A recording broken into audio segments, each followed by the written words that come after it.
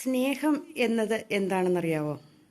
ഞാൻ മനസ്സിലാക്കിയിടത്തോളം എൻ്റെ ജീവിതത്തിൽ ഞാൻ മനസ്സിലാക്കിയത്, നമ്മൾ ഏതെങ്കിലും ഒരു അവസരത്തിൽ നമ്മൾ പരാജയപ്പെട്ടു വരുമ്പോൾ നമ്മളെ വീണ്ടും നമ്മളെ പുച്ഛിച്ച് അല്ലെങ്കിൽ നമ്മളെ വീണ്ടും ഒരു പരാജയത്തിലേക്ക് എത്തിക്കുന്ന രീതിയിൽ നമ്മളെ നാണിപ്പിച്ച് നമ്മളൊന്നും അല്ലാതാക്കുന്ന ഒരവസ്ഥയില്ലേ, അതല്ല സ്നേഹം.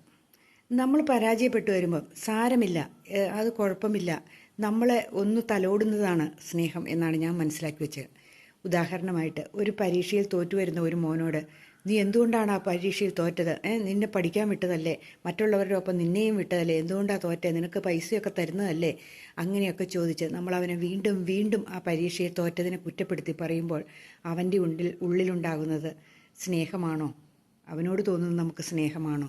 അവരോട് തോന്നുന്നത് നമുക്ക് സ്നേഹമാണോ? നമ്മളൊന്ന് മനസ്സിലാക്കേണ്ടതാണ്. സ്നേഹം എന്ന വാക്കിന് ഒത്തിരി അർത്ഥങ്ങളുണ്ട് ഇല്ലേ? അത് ആഗ്രഹിക്കുന്ന പോലെ കിട്ടിയില്ലെങ്കിലുണ്ടല്ലോ, അത് ഏറ്റവും വലിയ പിശാചാണ് താനും. ശരിയാണോ ഞാൻ ഈ പറഞ്ഞത്? അപ്പോൾ നമ്മൾ പരാജയത്തിൽ നമുക്ക് ഒരു സാന്ത്വനം, അതാണ് സ്നേഹം. നമ്മളെ ഒന്ന് ചേർത്ത് നിർത്തുക, സാരമില്ല എന്ന് പറയുക, അതാണ് സ്നേഹം. നമ്മളെ കുറ്റപ്പെടുത്താതിരിക്കുക, അതാണ് സ്നേഹം. അല്ലാതെ പരാജയത്തിൽ വീണ്ടും വീണ്ടും നമ്മളെ ചവിട്ടിത്താഴ്ത്തുന്നത് അല്ല സ്നേഹം. ചിലർ പറയും, അവൻ നന്മയ്ക്ക് വേണ്ടിയിട്ടാണ് ഞാൻ അങ്ങനെ പറഞ്ഞത്, അല്ലെ അവളുടെ നന്മയ്ക്ക് വേണ്ടിയിട്ടായിരുന്നു ഞാൻ അങ്ങനെ പറഞ്ഞത് എന്ന് നമ്മുടെ കാലം പോകെ അവർ പറയും. പക്ഷെ അത് സ്നേഹമല്ല. ആ സമയത്താണ് നമുക്ക് കിട്ടേണ്ടത്.